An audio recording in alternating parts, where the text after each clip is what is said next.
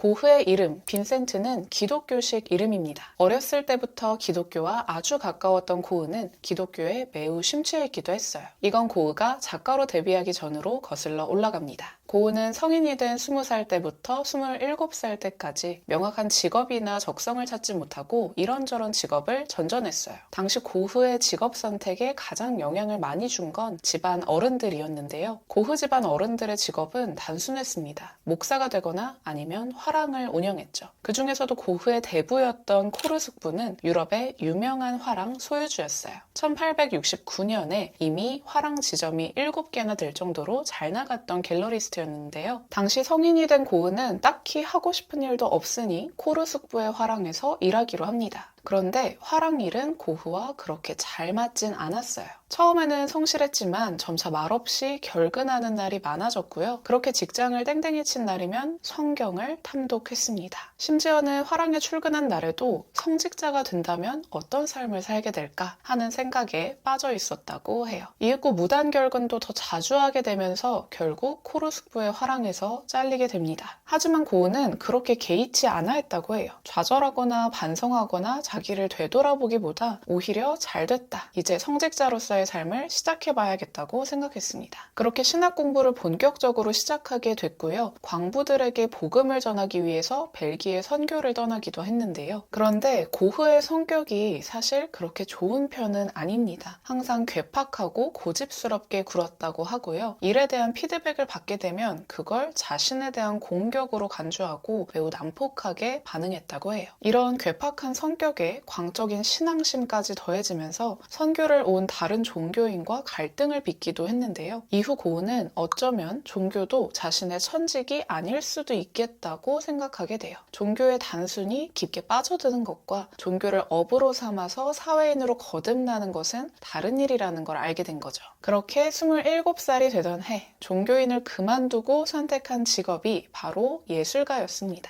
하지만 여전히 종교에 대한 사랑은 쭉 이어갔어요. 기독교의 박애주의적인 시선으로 그림에 가난한 노동자, 농부들을 그렸고요. 해바라기 같은 꽃을 그릴 때에도 약간 시든 모습을 그려서 사회적으로 주목받지 못하는 이들이나 약한 존재를 묘사하곤 했죠. 이런 기독교적인 성향이 잘 드러난 그림은 고흐의 초기작인 성경이 있는 정물입니다. 작품은 어두운 책상 위에 거대하고 무거운 성경책이 펼쳐진 채 놓여져 있고 그 앞쪽에 노란 책이 하나 놓여진 모습을 그렸어요. 이 책들 옆쪽으로는 촛대가 하나 있는데요. 촛대의 불빛이 꺼져 있습니다. 꺼진 촛대는 빛이 사라졌음을 암시하면서 고흐가 종교적인 빛이나 신앙으로부터 멀어졌다는 걸 보여주는 상징적인 역할을 해요. 그리고 그림에 활용된 거대한 성경책은 개신교 목사였던 반고흐의 아버지 것이었다고 하는데요. 사실 고흐는 어렸을 때부터 목사인 아버지와 할아버지를 보고 자신도 막연하게 종교인이 되기를 꿈꿨었다고 해요. 하지만 성직자의 꿈을 버리고 화가가 되었죠.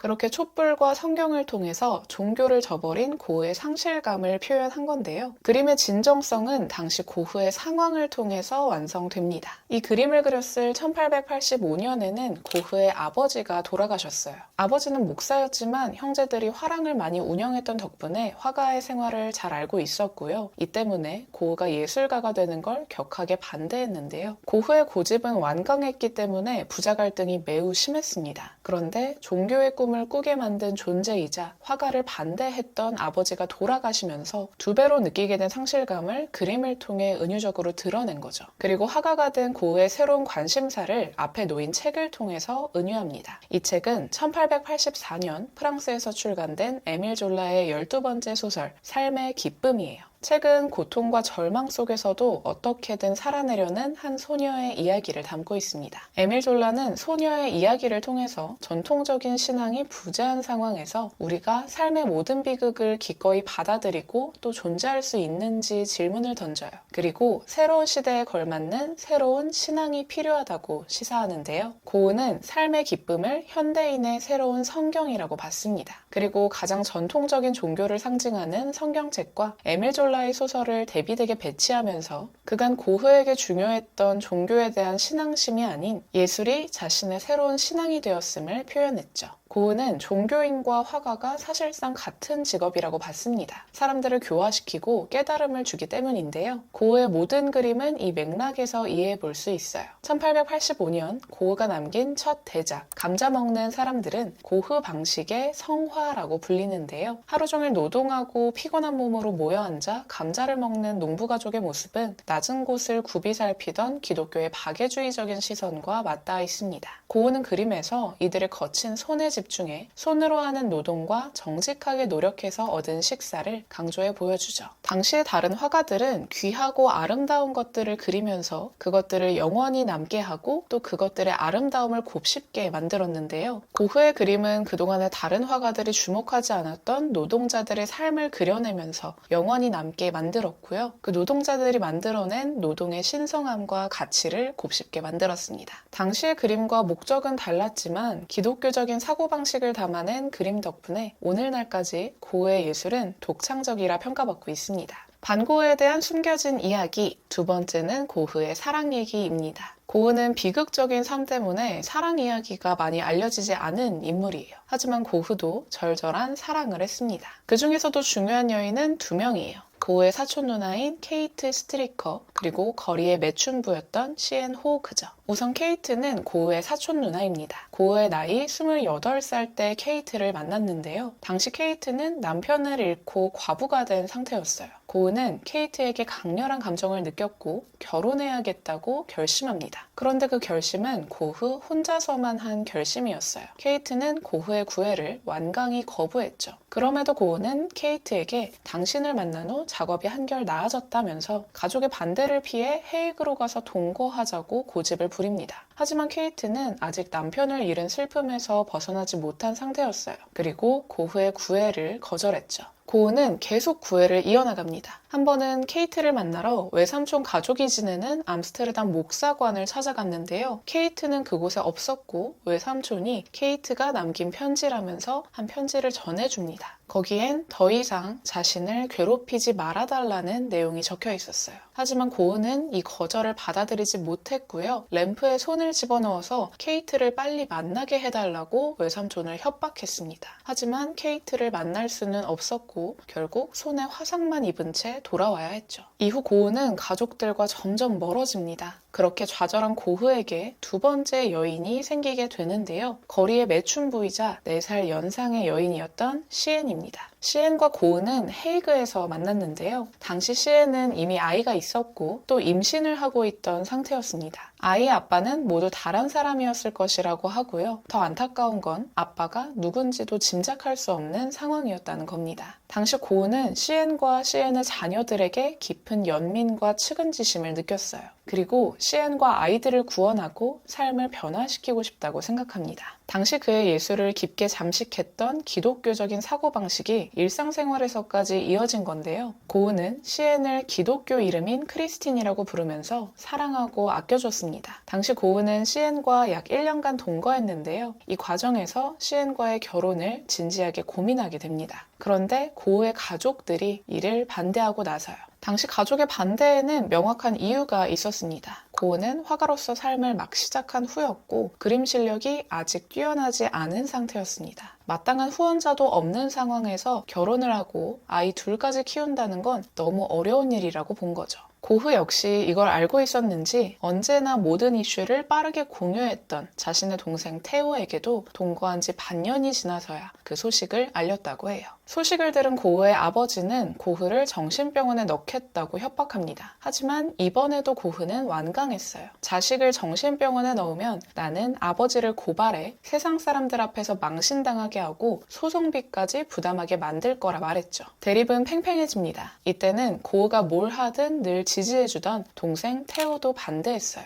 형이 시엔과 결혼을 포기하고 작품에만 전념하겠다고 약속하면 그림을 그리는 데 필요한 모든 도움을 주겠다고 말하기도 했죠. 그럼에도 고흐는 시엔과의 사랑을 계속 이어갔는데요. 당시 시엔의 매춘을 반대했었기 때문에 생활비가 매우 빠르게 줄어들었다고 합니다. 또 시엔이 임신하고 있던 아기까지 태어나면서는 더 상황이 힘들어졌죠. 결국 고흐는 시엔과의 결혼이 무리라는 것을 깨닫고 동거한 지 1년 8개월 만에 결별을 하게 돼요. 이후 시엔은 힘든 삶을 살았습니다. 고흐와 결별하고 몇 년 후에 스스로 목숨을 끊었죠. 이들의 사랑은 절절했습니다. 고흐는 시에네 그림을 여러 점 남기기도 했는데요. 이때는 고흐가 돈이 많이 없었기 때문에 페인팅 작업은 없고 대부분 초크를 활용해 그렸습니다. 그 중에서도 가장 잘 알려진 작품은 슬픔이에요. 이 그림은 시엔을 모델로 하는데요. 실오라기 하나 걸치지 않은 나체로 쪼그려 앉아 고개를 푹 숙이고 얼굴을 파묻은 모습을 하고 있습니다. 제목처럼 깊은 슬픔에 빠진 모습을 그려냈는데 임신해서 부른 배, 축 처진 가슴, 먹지 못해 깡마른 팔다리를 통해 이 여인이 얼마나 힘든 삶을 살고 있는지 헤아려 볼 수 있죠. 주목할 만한 건 작품 하단에 새겨진 글귀예요.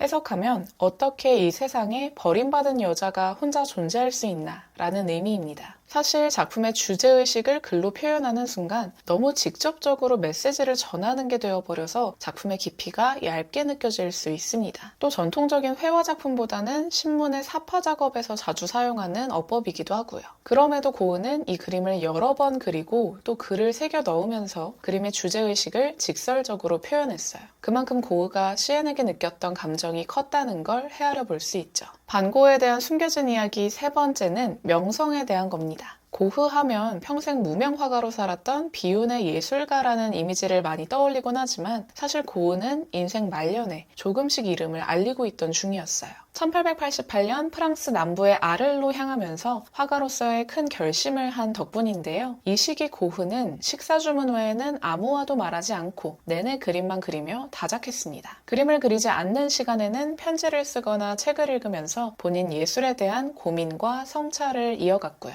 덕분에 고흐는 사망 1년 전인 1889년부터 조금씩 이름을 알리기 시작합니다. 프랑스 대표 현대미술지인 메큐어 드 프랑스에서는 고흐의 화려한 색감과 뛰어난 관찰력을 호평했고요. 1889년에는 고흐의 유화작품 붉은 포도밭이 판매되기도 했습니다. 이 작품은 고흐가 생전에 판매한 유일한 유화작품이에요. 이전까지는 습작이나 소품만 몇 점 팔렸고 대부분 100프랑에 판매됐는데요. 이 작품은 언론에 고흐 이름이 언급되기 시작하면서 400프랑이라는 고가에 판매됩니다. 하지만 해 뜨기 전이 가장 어둡다고 하듯이 고흐가 조금씩 이름을 알리기 시작할 때 고흐는 심리적으로 가장 약해져 있었어요. 이름이 알려지는 것과 별개로 고흐의 화풍은 아직까지 낯선 느낌이었기 때문에 구매까지 이어지는 경우가 많지 않았던 거죠. 당시 고흐 그림의 판매를 맡고 있었던 동생 테오는 이 사실을 고흐에게 숨기고 있었는데요. 그런데 어느 날 고흐가 연락 없이 테오의 집을 찾아오게 되면서 진실이 드러나게 됩니다. 고흐의 그림이 팔리지 않고 테오의 집에 쌓여 있었던 거죠. 그동안 테오는 형 고흐에게 편지를 통해서 이제는 상황이 조금 나아질 것 같다 같은 뉘앙스의 말을 많이 했었는데요. 이 때문에 고흐가 받았던 충격이 상당했다고 합니다. 그런데 여기에 더해서 테오는 충격적인 말을 하나 더 얹습니다. 이제 곧 아들이 태어나서 그림 파는 일로는 생계를 유지하기가 어려우니 새로운 직업을 찾아봐야 할 것 같다는 이야기였죠.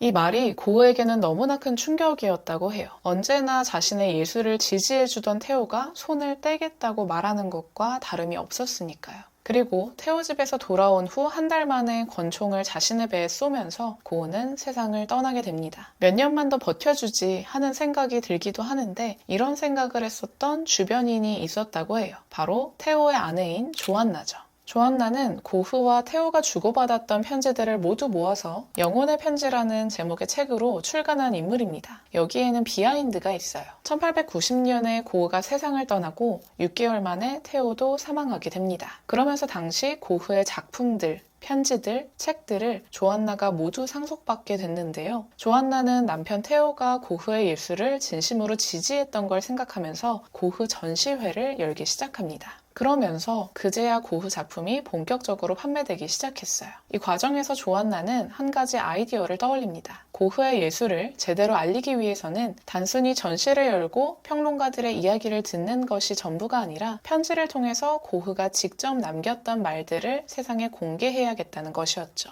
그리고 고흐와 테오가 주고받은 편지를 선별해서 책으로 편집합니다. 그렇게 고흐 작품에 비극적인 서사가 생기게 된 거죠. 1914년 책이 출간된 이후부터 고흐가 본격적으로 전 세계인의 사랑을 받기 시작합니다. 그리고 1930, 40년대부터는 그 유명세가 매우 높아지게 되었죠. 조안나의 예상대로 고흐가 남긴 편지들은 그 무엇보다도 고흐의 예술 세계를 잘 전달합니다. 음악에서 발견할 수 있는 마음을 달래주는 어떤 것을 그리고 싶다. 그리고 영원에 근접하는 남자와 여자를 그리고 싶다. 옛날 화가들은 영원의 상징으로 인물 뒤에 후광을 그리곤 했는데 이제 우리는 광휘를 바라는 선명한 색채를 통해 영원을 표현해야 한다. 이에 더해 예술가를 업으로 선택한 사람이 어떤 성찰을 거쳤고 어떤 철학을 가졌는지도 엿볼 수 있습니다. 농촌 생활을 그리는 것은 정말 쉽지 않다. 그러나 예술과 인생에 대해 진지하게 생각하는 사람들이 진지한 반성을 하게 될 그림을 그리지 않는다면 스스로 용납할 수 없다. 그의 삶은 수많은 고통으로 가득했지만 고흐가 남긴 편지를 보면 예술가로서 반 고흐가 가진 재능은 단순 그림 실력뿐이 아니었다는 것을 알 수 있습니다. 보는 이까지 괴로워질 만큼 진득한 자기 성찰로 자신만의 예술 세계를 일구고 있었죠. 덕분에 오늘날에는 고흐의 편지를 모아서 만든 책 영혼의 편지가 하나의 문학 작품으로서 가치까지 인정받고 있습니다. 오늘 이야기한 반 고흐의 숨겨진 이야기들도 이 편지를 통해서 볼 수 있는 내용들인데요. 조만간 한국에서도 반 고흐 전시회가 열린다고 하는데 전시를 보러 가기 전에 고흐의 진정한 예술 세계를 경험할 수 있는 영혼의 편지라는 책을 한번 읽어보시고 가보시길 추천드리고 싶습니다. 그럼 저는 다음에 더 흥미로운 영상으로 찾아올게요. 안녕!